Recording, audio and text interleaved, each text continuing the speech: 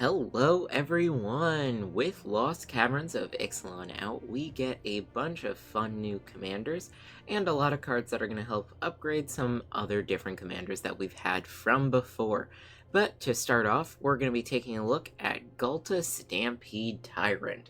Now, this is an 8 mana 12/12 dinosaur creature. It's got trample because it's Ghalta, and when it enters the battlefield, we can put any number of creature cards from our hand onto the battlefield. So this deck works pretty much exactly how you would expect it to, where you ramp up to getting 8 mana, you put Ghalta onto the battlefield, along with a bunch of other creatures, and those creatures that you put on the battlefield are going to be so high value that we're expecting to win the next turn, or even the turn we play Ghalta, if we have things like haste or an existing board state. Important things for this deck is really making sure that we have card draw. As long as we can be drawing cards, we can keep our hand full, so that way Ghalta isn't just going to be an 8 mana 12/12 with trample. That being said though, if Ghalta is just an 8 mana 12/12 with trample, that's still an 8 mana 12/12 with trample, which is going to be good enough to deal some extra damage to our opponent. We also have a dinosaur theme kind of going on in the background, so we're not really focusing as much on ETBs as we could be.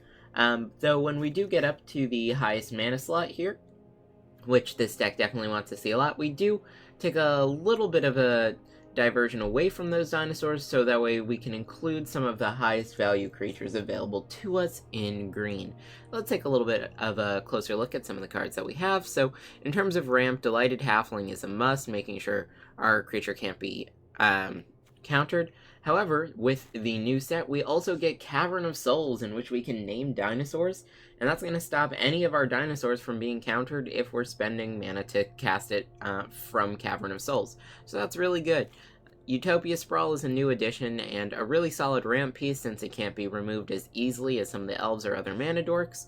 So I do in fact like this, and since most of our lands are forests, this won't be an issue for us at all. Bramble Familiar, similarly, going to be pretty good. Mill 7 cards and put a creature enchantment onto the battlefield. That's going to be really strong, since a lot of our creatures are going to be more expensive than 7 mana. Even if it's just by 1, this could be a little discount, and in the early game this acts as ramp. So, very strong. Now, taking a look here in the 3 mana spot, we've got some dinosaurs, some fun new ones from the new set here. The Hammer Skull is really powerful as a 3 mana 6/6. This is going to increase our power and toughness on the board, and we have cards that synergize pretty well with that. Wayward Swordtooth is also going to be really good, giving us extra land drops, helping us to ramp. And then we do have some other ramp dinosaurs like the Topiary Stomper, to kind of fit in with some of our mana dorks and our other ramping cards from the early game. Circle of Dreams Druid will get better with more creatures. Llanowar Tribe will tap for 3, so strong ramp there. And then Tribute to the World Tree will give us card draw if our creatures are power 3 or greater. Guardian Project, similarly, is going to give us card draw when creatures enter the battlefield, which is going to be really strong for us. And then Beast Whisperer is going to draw us cards on cast, so we're not going to refuel after we play Ghalta, but this can keep our hand full in the early game while we're ramping up to cast our Ghalta. Then we do have the new card here, Trample. It's a 6/5 for 5 mana, which isn't bad. We also get to put creatures or land cards onto the battlefield when it deals combat damage, which is pretty cool. And when it dies, we return it to the battlefield as a land, so that can ramp us. And we can also flip it back if we have the City's Blessing. Not actually the City's Blessing, mind you, but as long as we have those 10 or more permanents. Up in the highest mana value section, we do have some dinosaurs to stay true with the dinosaur theme, and that's because we want to be trying out Earthshaker Dreadmaw here. As Trample, we get to draw a card for each dinosaur creature that we control, which is going to be really cool. Refuel the hand. And then, of course, we've got Vorinclex, our other Vorinclex, right? No reason not to include them. Let's see. Zoppendrel here, pretty good for doubling our power. Titan of Industry gives us a lot of ETB value. March of the Last Ents is actually similar to what Ghalta does, except in this case we're going to draw cards equal to the greatest toughness among creatures we control. So if we actually have this in our hand after we use our Ghalta, we could have up to 12 cards drawn and any number of creature cards put onto the battlefield, which is going to be incredibly strong. Skullspore Nexus is a great card as well. It's similar to the Great Henge. It's going to cost less for each of the powers that we have on our greatest power creature. Very powerful here. It also gives us the ability to create a big dinosaur whenever one or more creatures die. So if our opponent wipes our board, we'll get instead one big dinosaur that has that much power. Really strong. Verdant Rejuvenation, also good if we have an empty hand and a bunch of creatures on the board, since if we have a very expensive creature on the board, we can grab that many creatures out of our deck. Crater Hoof is for the end game, making sure that we give everything trample. We have the same thing here for the Forerunners, also going to help out our big board states. Great Henge for additional card draw. World Spine Worm because it's huge, and when it dies it's going to make more worms, so that's another good way to survive a board wipe. And then of course, what would a Ghalta deck be if we didn't include another Ghalta? Nykthos is also going to be important for us, since we do have a lot of things that are going to give green pips, and this is going to help us ramp really quickly. So yeah, if you guys have been enjoying my content, make sure you subscribe to the channel to stay up to date on my latest videos, and if you do enjoy this video, make sure you give it a like. Let's go ahead and see how this deck does.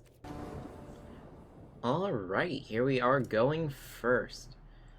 I think we will be able to keep this. I do want to see one additional land. Start with the Elvish Mystic. One additional land is going to give us a lot of what we need to be in a really good spot. And just because I don't trust us to find it, we're going to use Augur of Autumn here, which is going to let us get lands off the top of our library. Maybe they pick Ghalta. I would imagine they'll pick Ghalta. Either way, we're a ramp deck, so we should be able to afford the extra tax there. And of course, Beast Whisperer in the opening hand is really strong for us. Yep. Always play the land off the top of your library first. Beast Whisperer. I mean, we might as well get a little bit of damage in.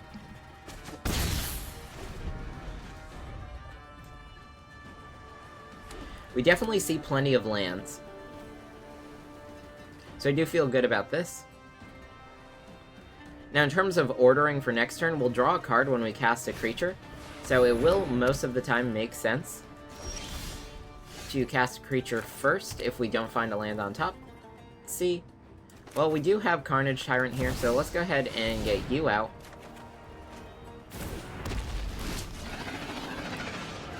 See, opponent still can't go ahead and turn Frodo into a 2/2, so we'll swing out again. Interesting. Blocks with the Frodo for apparently no reason.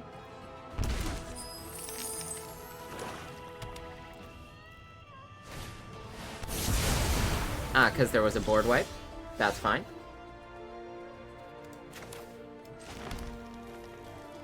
That does decrease our Nykthos mana.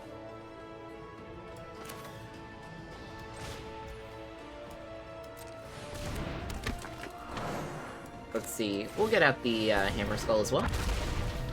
Now, Intrepid Paleontologist is actually a pretty good card.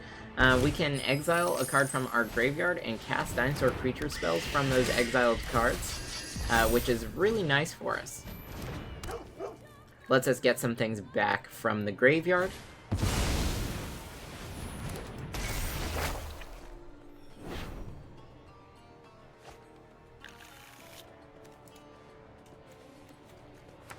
It's really just the Carnage Tyrant that we'd be able to get back this way.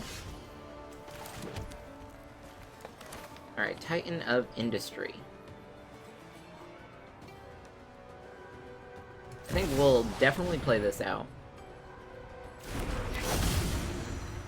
And let's see, destroy target artifact or enchantment. We'll make a Rhino. And I really think we want to hit Arcane Signet. They're going to keep dying with Black Market Connections, since they'll have to keep making choices there. Do I want to attack with the Hammer Skull right now? I think we'll keep it back.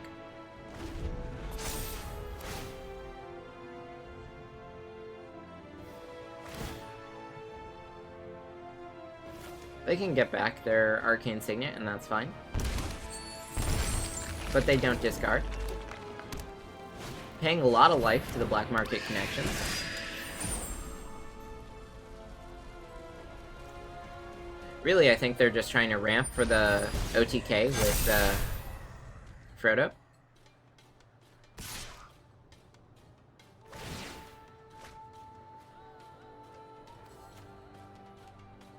Interesting. I'm gonna block with the Rhino here. Oh, sorry, I cannot. He's a small guy. Alright, Ghalta. Opponent's probably gonna draw a card. We're gonna get Cityscape Leveler and Hulking Raptor out onto the battlefield.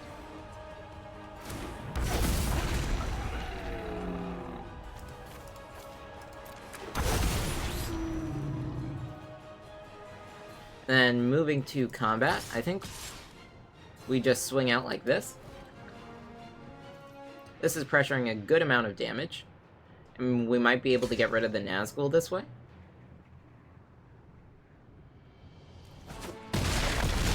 At least one of them. Opponent has 4 life left.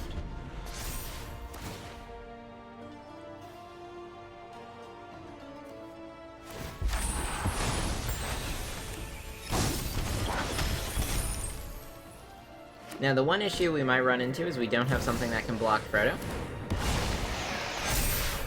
But now we do. And we've got it. Alright, here we are going first. And this is a hand that we can keep. It's a little bit light on our lands, but we're going to start with our Delighted Halfling. So it's just going to put us in a good spot, and then we're going to start getting out some dinosaurs.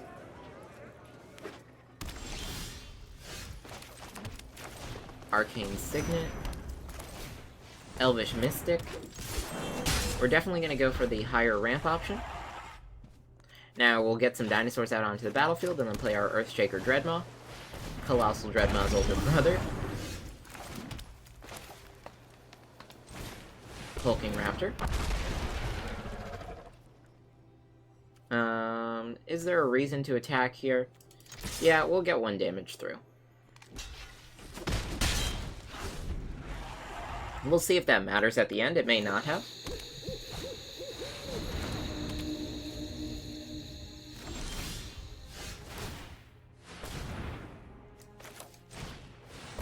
Thrashing Bronze Stomp. Now we can use Savage Stomp.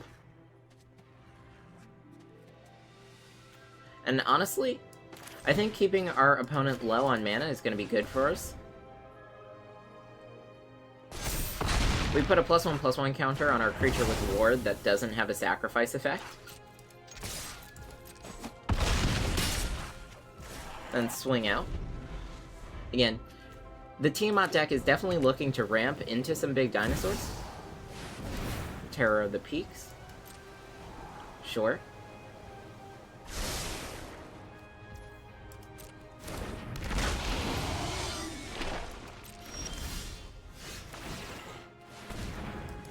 Okay, so now I think I'm just gonna play out the Ghalta here. We'll get the Earthshaker Dreadnought. And we've got the game. Alright, well, this looks pretty good to me. Let's go ahead and keep. We'll start with Llanowar Elves this time. Just because our opponent likely had removal. We'll see. They'll probably get rid of Beast Whisperer. I mean, that's their best choice. Delighted Halfling might also be a strong option. But Beast Whisperer should definitely be the card they get rid of. Yep. It's pretty much completely in line with expectations. Now we can cycle this to give trample to something else. Alright. So our opponent's really just disrupting our hand, and that's fine.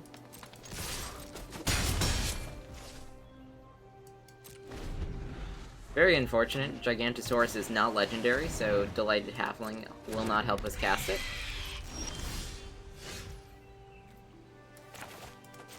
I think we're just gonna cycle this here. Try and find another land. Unfortunately, we did put a trample counter on our Land War Elves, so not the highest value play, but definitely don't want to be missing our land drops.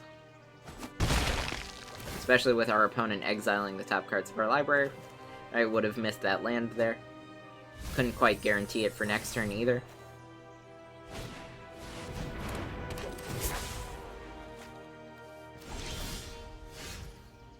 Alright, couple different options. I think we go for the Carnage Tyrant. Hexproof is just really big for us. It has trample. Our opponent's life total is lower than ours. So things are good, yep. They're going to get a lot of triggers on their Thief of Sanity. It's kind of hard for us to deal with flying. But we are going to rely pretty heavily on this Carnage Tyrant to get some damage in for us. As a hexproof threat as well, that's going to be really strong, make it harder for our opponent to deal with it.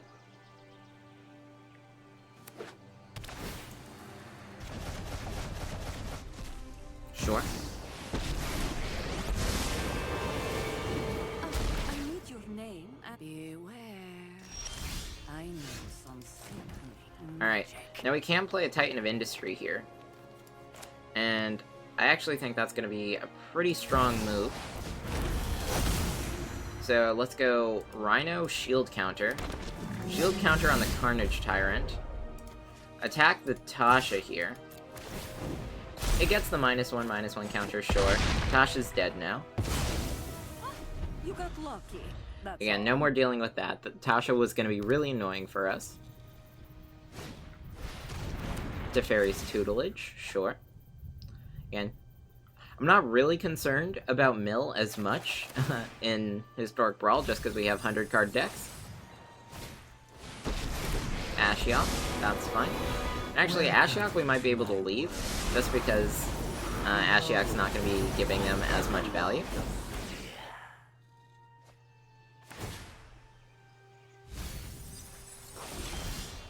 Land. We have Ghalta Gigantosaurus. And I think we'll play it out.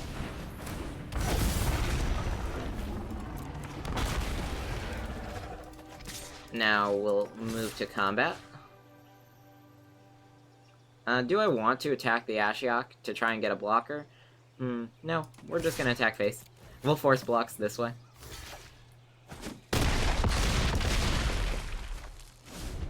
Alright, lethal on board. Opponent needs something to deal with us this turn. They either mill us out or we win, and it looks like we win. Alright, we've got our opponent going first here. A bunch of lands, not too strong of an early game here. I'm going to take a mulligan.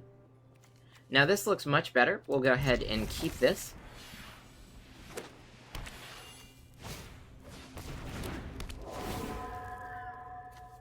Right? Well, this is really exciting. The Myco Tyrant is actually one of the cards that I'm really excited to try out in Historic Brawl, so we're going to make sure to take a good look at our opponent's deck so we can kind of see how that works. Maybe make some changes when the time for that video comes around. Alright. Poor Elf. Now, I will ask the question, just because it popped into my mind right now. Elvish Mystic or Llanowar Elf? Which one of those is more important to you? They do exactly the same thing, but which one is your favorite? I have a slight preference towards the Elvish Mystic, but of course, there is functionally no right or wrong answer there, as they are exactly the same. If you do have a favorite, let me know down below, because I think that would be really fun. Maybe I'll throw up a poll later. Black Market Connections dealing some damage to our opponent. They're definitely going for that more aggressive board state. Myco Tyrant out on the battlefield as well.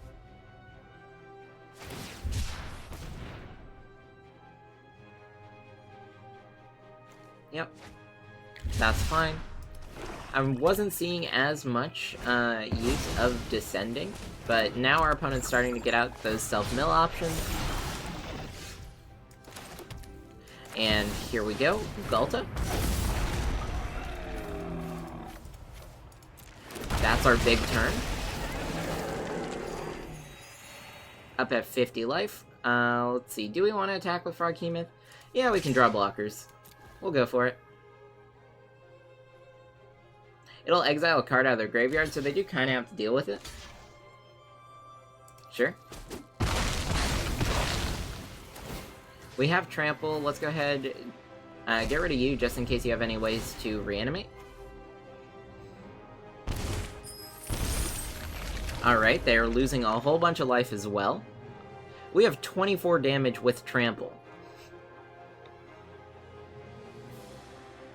And they have not even 8 damage to block. It looks like we've got it. Alright, so Ghalta was one of the cards that I was really excited for when I saw it previewed for the new set, and I will tell you that this deck did end up working exactly the way I wanted to see it work. Now, while this probably won't be the most powerful mono green deck that you can play, it is a little bit of a coin toss getting up to that 8 mana to get all of that extra value. Ghalta at the top end of your deck secures the win, right? If it's just an 8 mana 12/12, that's great, but if it's an 8/8, 8 mana 12/12 plus a 10/10, right? We're getting 22 power out on the board for 8 mana. Absolutely insane value. We have other creatures as well, all of which are equally able to end the game. So this is very powerful. Our early game is fairly weak since we're not really developing too many threats below the 3 mana slot, and we're going to be spending a lot of that time ramping so we can hit Ghalta. But it's definitely going to be worth it, right? If you have to, you can chump block with one of your small creatures. Definitely work on getting out some dinosaurs onto the battlefield just so you can play around some of the other potential, like Earthshaker Dreadmaw for those card draw effects, right? Make sure you have those dinosaurs in play. This is, of course, more of a dinosaur-themed deck. I did this for fun because I like the dinosaurs, and dinosaurs are in the new set. You can also further power up Ghalta by swapping out all of those dinosaurs and all those dinosaur ramp-based cards for, instead, just more powerful ETB green effects, right? If you have a bunch of small green creatures that'll do something when they enter the battlefield, even if it's just draw a card for you, that's going to be able to get you a little bit more value as well, which is going to be really strong. Cavern of Souls, really good in this deck. I'm really happy to see Cavern of Souls available to us. This is almost going to be an auto-include in any of our decks that are going to be built around one creature-based synergy. So, you know, dinosaurs in this case, it's going to be really good with angel-based decks. It'll be really good in vampire decks, right? Cavern of Souls is going to be so good for each of those tribes. And, of course, you just get to ramp and play big creatures. This is a very pure mono-green deck, very fun to play, and we've got a lot of cards that'll do the same thing as Ghalta, where you could just put a ton of creatures onto the battlefield and then call it a game. I hope you guys enjoyed watching this video. If you did, I'd consider giving it a like. And if you have any ideas for another deck you'd like to see me play, why don't you let me know in a comment down below. And remember, Llanowar Elves or Elvish Mystic, I want to know, I'm curious, which one of these two 1 mana 1/1s that tap for 1 green mana do you like more? Definitely let me know that. I think that would be fun to see. But yeah, that's pretty much it. I'll see you all next time.